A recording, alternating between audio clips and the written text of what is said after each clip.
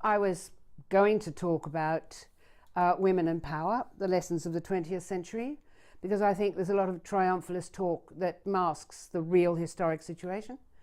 And apparently people have decided that because I don't think that post-operative transgender men, i.e. M2F, transgender people are women, I'm not to be allowed to talk. But surely if a man who feels that he actually would like gender reassignment to make him, her, feel more comfortable in her body, then that's what should be done. They should be allowed to do that. I'm not saying that people should not be allowed to go through that procedure. What I'm saying is it doesn't make them a woman. It happens to be an opinion. It's not a prohibition. Carry on, if that's what you think it is you want to do. I've been accused of inciting violence against transsexual people. That's absolute nonsense. But do you feel that the transgender community has too big a voice now? It seems to me you're saying that they're becoming what feminists were often called strident. Yes, but they very seldom were strident, alas. I think that a great many women don't think that post-operative or even non-post-operative transsexual M2F transsexual people look like, sound like, or behave like women. But they daren't say so. But just because they daren't say so doesn't mean that that person can't feel like that and feels more comfortable with themselves. Yeah, but so what? That's not my issue. I don't even talk about it. Not everybody does feel comfortable, by the way, post-operatively. There's been a couple of cases I found very interesting where the actual acceptor of the procedure has felt that it's been a disaster. But for those who do not feel it's been a disaster and feel more comfortable, then do you understand how they might feel that you have been hurtful towards them? People are hurtful to me all the time. Try being an old woman. I mean, for goodness sake. People get hurt all the time. I'm not about to walk on eggshells. So you believe in free speech, really, no matter what? Well, not quite no matter what. You don't have to say everything that's in your mind. You do use tact in the usual way. I would, for example, with someone who wished to be known as female, use female speech forms as a courtesy. Now, though, people who are intersex are feeling a little more confident about coming forward and a level of acceptance. But for example, a woman who outwardly has female genitalia but inside has testes and doesn't wish to have them, rather than accepting that she has them, she should be allowed, shouldn't she, and offered the chance to remove these inner testes. We remove undescended testicles from men because they're dangerous. I'm sure they wouldn't be allowed to just lurk because that would be, I think that would be a problem. I mean, physically a problem.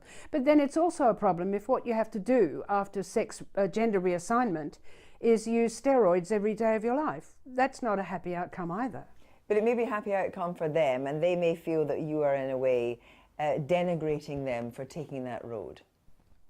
Oh, don't even talk about them. They're not my issue. I haven't published anything about transgender for years. So how do you feel about the idea that Newnham College, your own college, is considering not giving you an honorary doctorate, apparently because of what you've said about the transgender community? There's been 2 votes at my college on the question of whether or not I should have an honorary degree, and I'm not going to get one. They've been turned down, which is thought by some people to be astonishing, but not by me. So someone like Caitlyn Jenner, for example, who has been who's been in the front of lots of magazines and apparently is, I think I'm right in saying, getting an award for being a kind of glamour woman of the year. What do you think about that? I think it's misogynist. I think misogyny plays a really big part in all of this. That a man who goes to these lengths will be a better woman than someone who was just born a woman. But are people, you would say, necessarily born a woman or born feeling female? And if he feels more female... It seems to me that that what was going on there is that she wanted the limelight that the other female members of the family were enjoying and has conquered it just like that. Will Young apparently has a new video out, I don't think you've seen it, in which a transgender person is going down the road and is abused. Reasonable position? Am I mistaken in thinking that this individual is naked and running down the street with just a hand over her genitals? You try running with your sagging breasts down the middle of the fucking street and see what people will throw a blanket over you and grab you and call the police. For fuck's sake.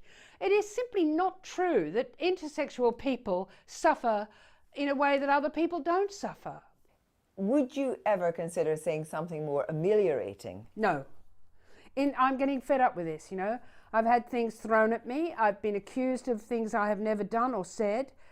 People seem to have no concern about evidence or indeed even about libel. If a man has his gender reassigned and outwardly and he feels inwardly is a woman, in your view, can he be a woman or not?